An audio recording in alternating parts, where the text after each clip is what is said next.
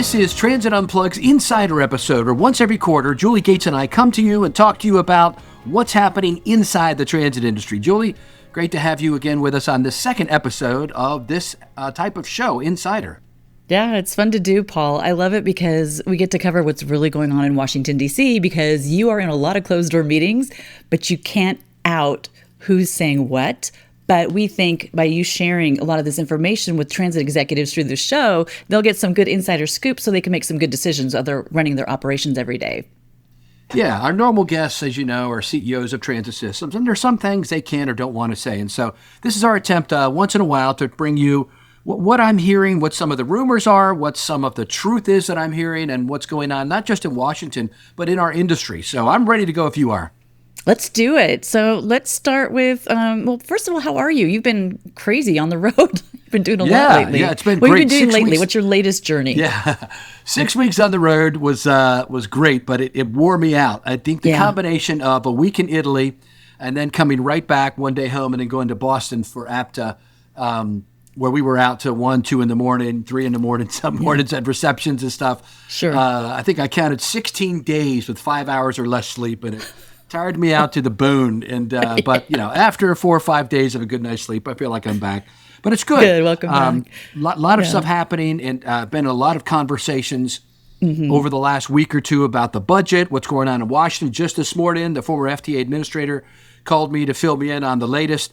And so I think it's good information for our industry. This is live, active, the week of October 13th, 2025, this information. All right, well, let's just dive in. We've got the top 4 things that every transit executive needs to know right now. So let's start with the government shutdown. It started October 1st. We're really not seeing much progress right now. Kind of give us some insight. What does this actually mean for public transit? Yeah, good question. So the federal fiscal year, as everybody knows, ends on September 30th, and there needs to be a budget in order to spend money. So Congress has not agreed to a budget. The House has passed a continuing resolution which keeps the budget basically where it was last year. The Senate has not been able to do that. And according to DOT, U.S. DOT, though, during the government shutdowns, FTA, Federal Transit Administration operations will continue because the personnel are financed largely by the Highway Trust Fund or advanced appropriations under the Infrastructure Investment Act.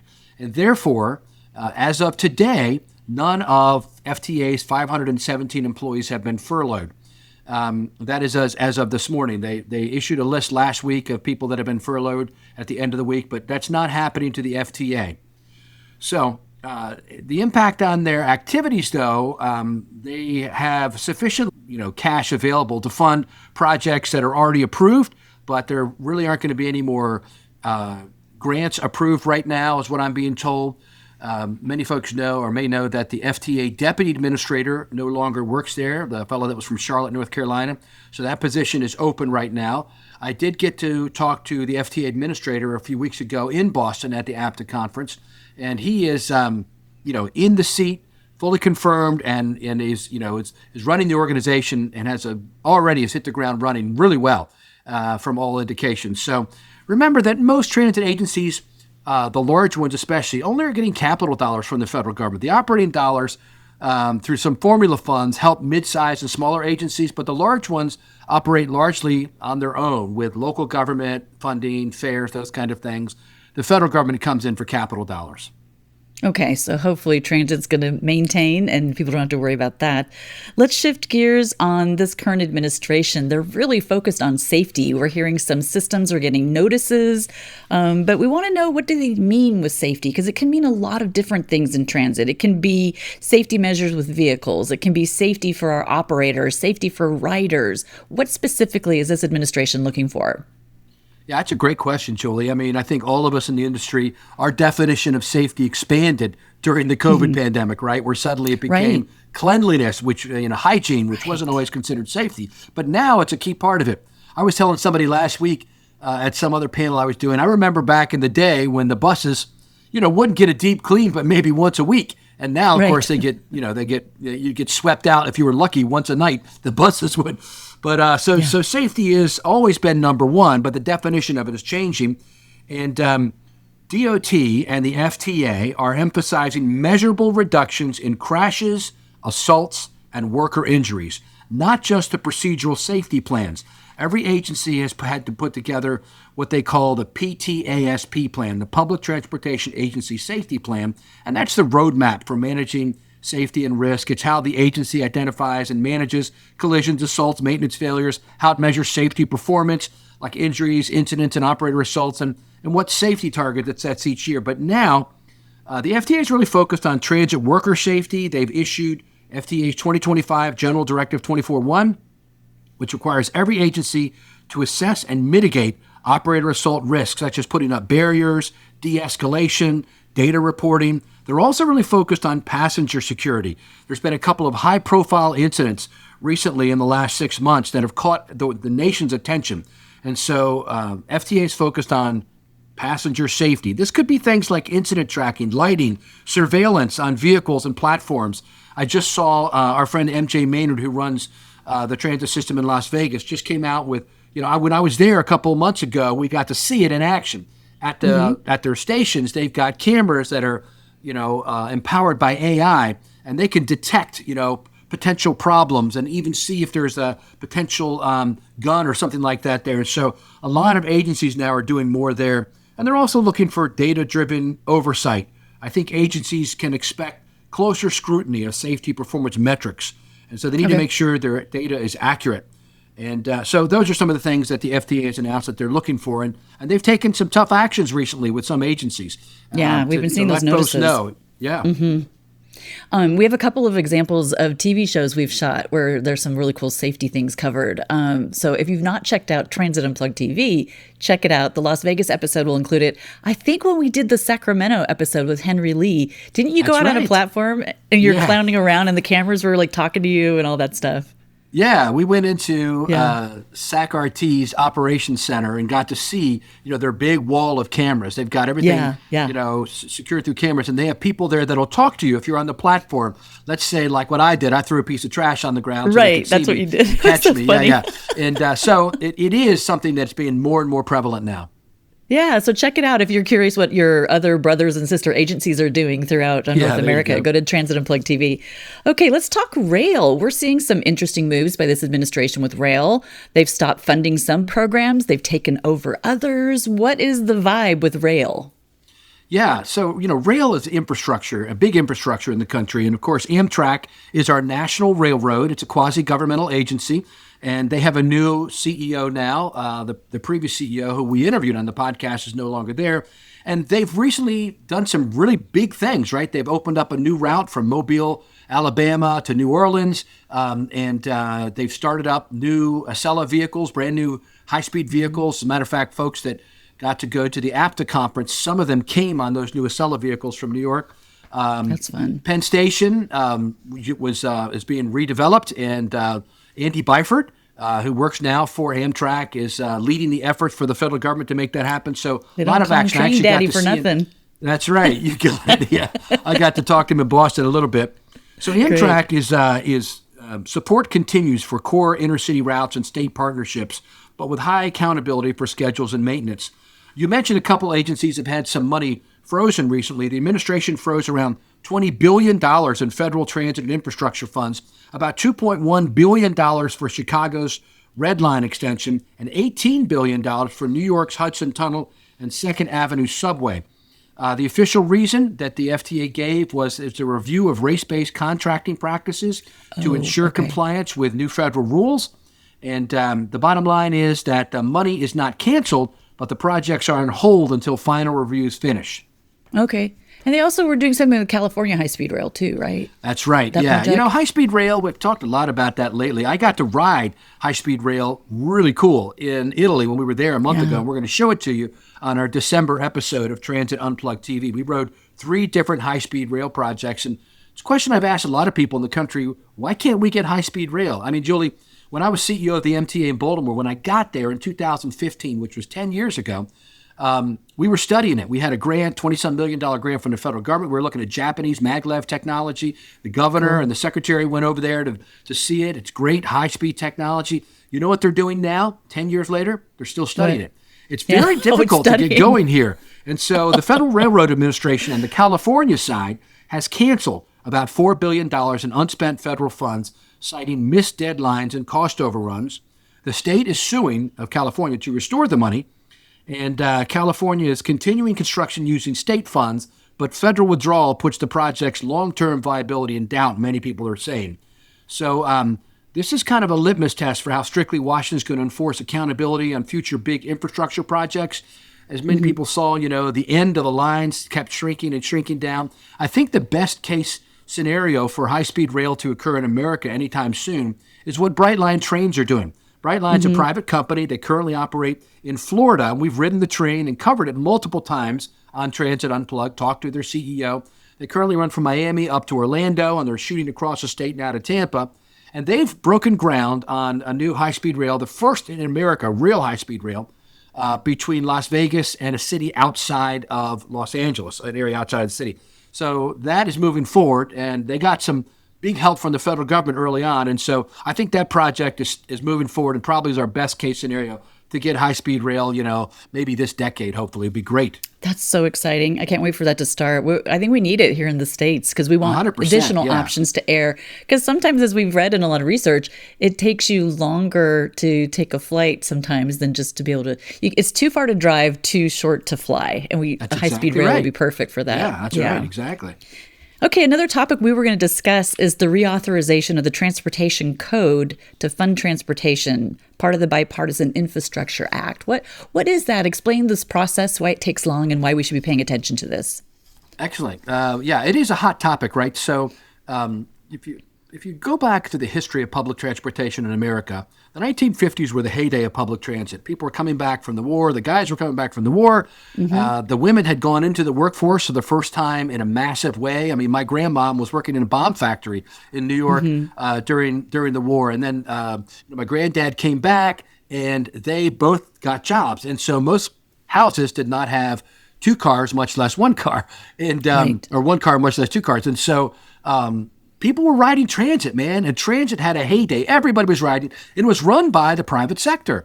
Utility companies, largely power companies, would put in these streetcars, and they would sell the power, vertically integrate to their own subsidiary, and they would run that streetcar. And they were called, I remember when I got to Baltimore, some of the old timers, some of the old guys said, the bus company. They still refer to it as the company. And then in the 1970s, 60s, 70s, people started getting that second car or their first car, and they started not riding transit as much, and ridership started an eventual 50-year decline.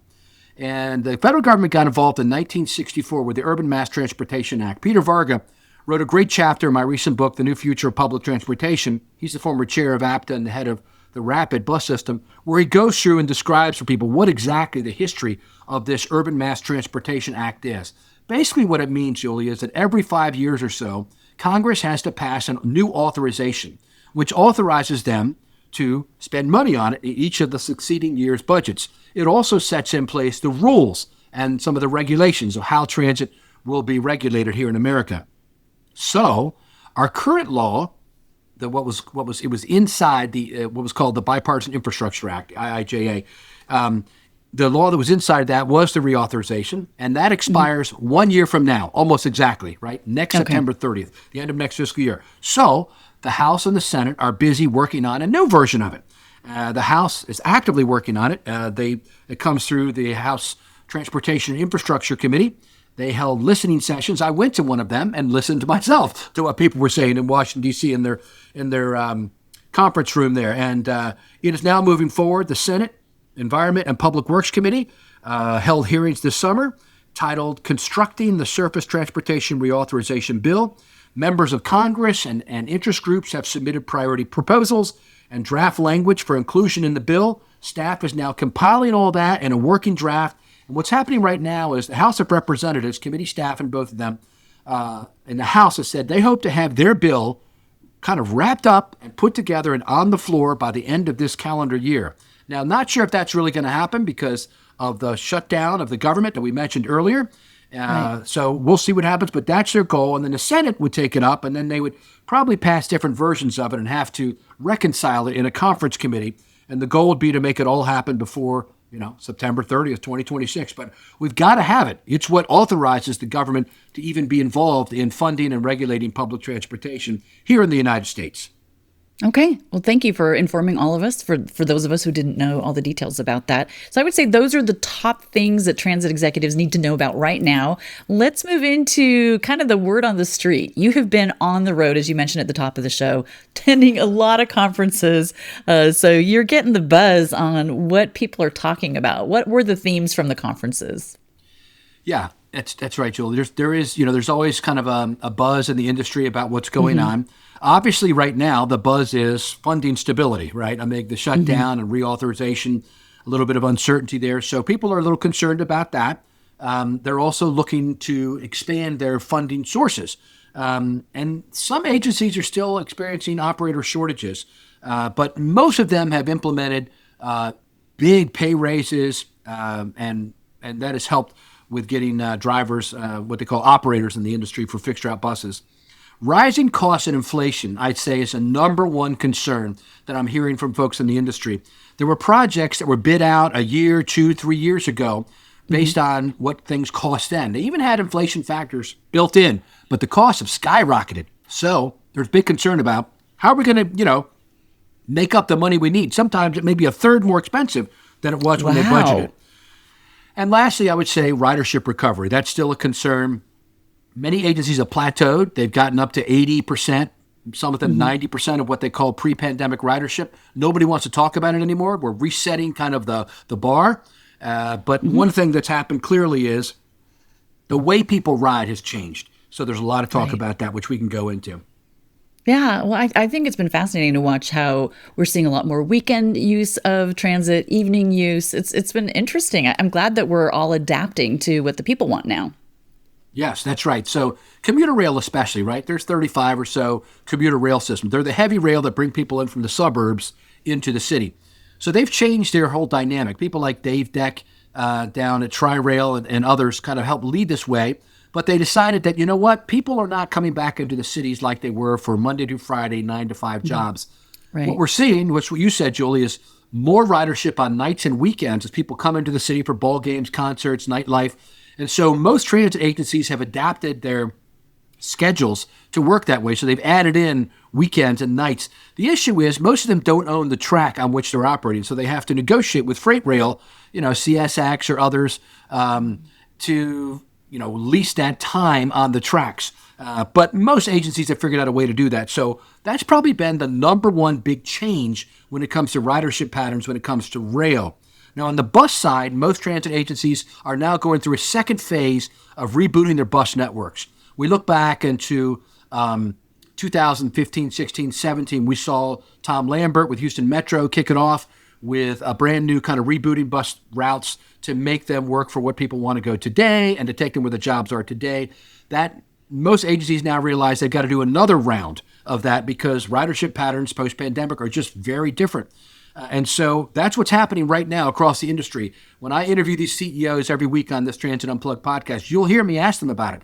And I'm telling you, 2 out of 3 say, oh, yeah, we're in the middle of a new program. It's called, Renewing Transit in Buffalo or, wherever they're at, right? So they're all doing it. They're going through lots of public meetings to hear what the public has to say. And when they're done, they're going to have change the network and the schedules. And I got to tell you, it's a big job to do that for a bus company. Back to the old terminology. Because as one of my bosses used to say, changing bus routes is second only to changing where people go to elementary school for the angst it causes in the community, right? A little bit of public feedback. yeah, they're getting lots of public feedback, exactly. So you may not end up with what the planners thought would work. You have to take in consideration, what everybody else is doing. Sure. The other big thing, Julie, is that's happening in the industry. The second, really hot topic, as everybody's talking about, is electrification of buses. You remember that was a big push for the Biden administration. Everybody was moving toward battery electric buses and or hydrogen. Well, now that's pulled back as the new administration's not so big on that. And they're not requiring any requirements now when it comes to battery electric buses. And so some agencies are changing their plans. They were planning to build big battery electric bus garages where the vehicles could be stored and charged, and they don't have the money for it. So they've decided, you know what, we're not going to do it. I was at a conference last week here in Maryland, the Transportation Association in Maryland conference, and I heard from several vendors and agencies saying, we've pivoted. We're going back to clean diesel, or we're going to go all in on CNG, compressed natural gas, people are still moving forward with battery electric, but there isn't the industry push to do it. There was concern even about, the grid, being able to control it, like Doran Barnes told us a story about a couple of years ago in California, one of the reasons why he went to hydrogen. I was in Canada 2 weeks ago, and I heard several Canadian leaders say, no, we're not doing battery electric. It doesn't work up here. It's too cold. That's what they told me. Right. We're going to go in on CNG or hydrogen or diesel. So there's been a big change in the emphasis of moving toward that.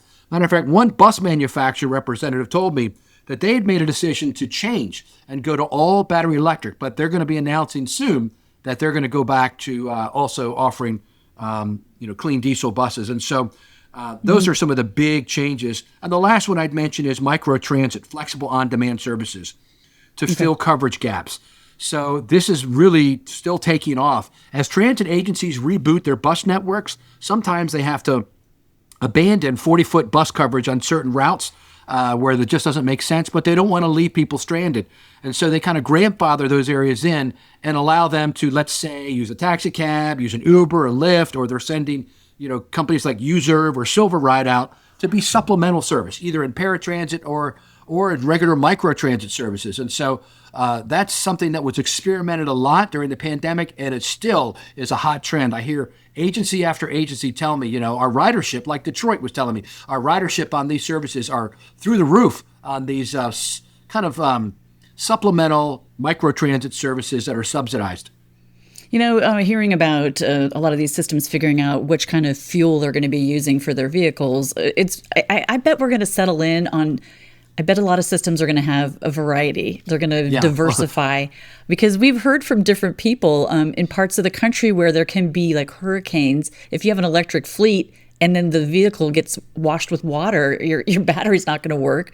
Or the examples you gave earlier, if you're really far north where it's super cold, it doesn't hold a very long charge if it's electric. So to have hybrid fleets of a little bit of everything, I think I have a feeling that's where we're going, don't you? Yeah, it's the all of the above, right? A, B, C, and D. We will do D, all of the above. Yeah. So I do want to mention one more thing if we can, Jill, and that is AI. Oh, sure. Let's talk about AI real quick, because that is another thing that people are talking about, and cybersecurity. Not a month goes by when a major transit agency isn't hacked and has ransomware, ransom requests and all that. And I know one agency close to home here that is still dealing with one that they had. And so agencies are hardening their infrastructure to make sure they can protect themselves against this. And the average listener may not realize this, but I'm not kidding you. The IT directors in some of these agencies have told me they're getting tens of thousands of pings or hits every day, people testing the vulnerability of their system to see if they can break in. So it's not good. And so they have to have super hard infrastructure. And then AI, how are we using it? So a lot of agencies are deploying artificial intelligence for scheduling, predictive maintenance, passenger flow analytics, real practical AI. It also is being used. We just had a podcast with a guy from Singapore, and not only there, but elsewhere too. AI is helping flag operator fatigue, monitor performance, reduce assaults, and paired with human oversight. They're not replacing workers. They're just using it to kind of add in extra help. So some agencies now have gone to these cameras inside the vehicle that are looking at the driver. If there's a problem in there, it can detect it if the driver's fallen asleep or there's a problem there. There's also chatbots, real-time alerts, dynamic crowding to improve reliability perception. And so, at the U.S. DOT level, they're looking at things like guidance to ensure ethical AI use in transportation. So it is it's helping agencies plan their service routes as well that we talked about as they analyze where passengers are going. They're using AI. So AI is in use right now in the industry. And I just wanted to comment on that and talk about some of the practical applications, how it's being used. They're in the administration helpful ways. Of transit. Yeah. Yes. We're not seeing it firing everybody. We're seeing it actually help with some tedious things that people have to do. Okay, let's now transition into Transit Unplugged TV. You've been on the road. Where are we going to see you on TV? Yeah, so our current episode that just launched last week here on Transit Unplugged is my home county, Queen Anne's County, Maryland. It's fun. I brought my grandkids with me for part of it. We looked at the transit system that I helped start 35 years ago here in the county called County Ride. We talked to its current leaders, and then we have a lot of fun. We do some, we show you how to eat a Maryland blue crab. We show the right way. Yeah, that's right. Yeah. I love Yeah. that. That's Yeah, fun. by the crab house owner there. And we have a lot of fun. We go to some of the music venues here and some of the small town charm. So that's the current episode, kind of how public transit is working in small town America. We haven't really done that before in 3 years. It's our first one to kind of rural America. But of course, then we're going right to Connecticut, a big one with our friend Ben Limmer. That'll be the next episode for November. And December is Italy. We did Milan, Florence, and Rome, and Turin. And we show you how transit works there, plus the fabulous Italian food and some of the great architecture and the great people that work in that country. Later this month, And you learned about the rules about food in Italy. What did you learn? Yeah. Totally, it was the wildest thing. So I watched Stanley Tucci's, all of his shows, 5 in Italy to get myself ready. Never was I prepared for what I saw there. The food was fantastic. Like I said, we went up into Tuscany and to the grapes and all that. It was awesome.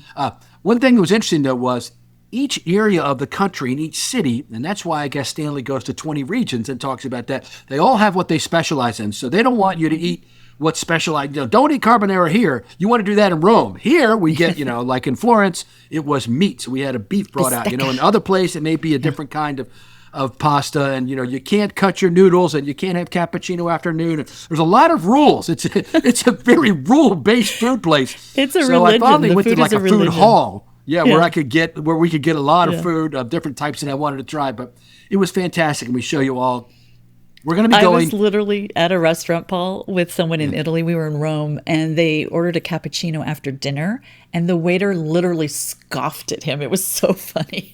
Yeah. Well, I couldn't even get it Long time to served. order a cappuccino. You have to have it That's before right. noon. Yeah. Yeah, they wouldn't even serve it to me, And you're not going to get iced coffee very, very often in Italy, and not in a plastic cup. They're going to do it the right way. Give it to you. But the food is unbelievable, isn't it? Oh my gosh, the dining is like nowhere else. Yeah, it was fantastic, though. You know what just stuck out to me? The biggest thing for the whole thing was the Vatican and the Duomo in Milan. Just fantastic. And the moon, it was right above the middle steeple of that. The Duomo is like the big church, the Catholic church in the center of the square, the piazza. And I'm telling you, we just stood there gawking at it. Yeah, it's fantastic. So we are going next to another fantastic city. Yes. Which starts with an M, and that's Montreal. We'll be there at the beginning of November. I'm going to be hosting a CEO roundtable on the schedule with Kevin Quinn and some other CEOs from that region up there. And then we'll be filming with the STM and the other transit system in the city for a couple days. And then a week after that, we're going to Utah, where we'll be filming in Salt Lake City and other cities around there with the transit system. And we're excited about showing you those two fantastic cities on our shows in January and February of 2026. Awesome. I want to talk about a podcast we have launched, part of our Transit Unplugged extended family. The parking industry is a fascinating industry because when you think about it, we have over 250 million cars in the US, and 95% of the time they're parked. So there is an industry that supports that part of our lifestyle, and a lot of us don't know much about it. So we've started a podcast with two great hosts, Jade Neville and Matt Darst. Jade's in the UK, so we get that side of the pond's perspective. Matt Darst is based in Chicago, so we get the North American perspective. And they're talking about all the things that impact our lives regarding parking. Parking is not a way for cities to make revenue. It's a way to change behavior in our communities, to make sure we're not blocking roads so trucks and buses can stay on time. And if you're in your passenger car going somewhere, you're not going to get stuck because of some Yahoo parking strangely. So that's why there's enforcement. It's really not like, oh, this city's trying to hit their budget. That's what I thought. I was naive and ignorant. I don't even know where I got that from until I started learning about this industry. So we're going to learn about how we get people where they want to safely and securely while protecting those who work in the space. It's a really good podcast. We have 3 episodes so far. So if you want to check it out, go to parking-live.com. Excellent. And how about aviation?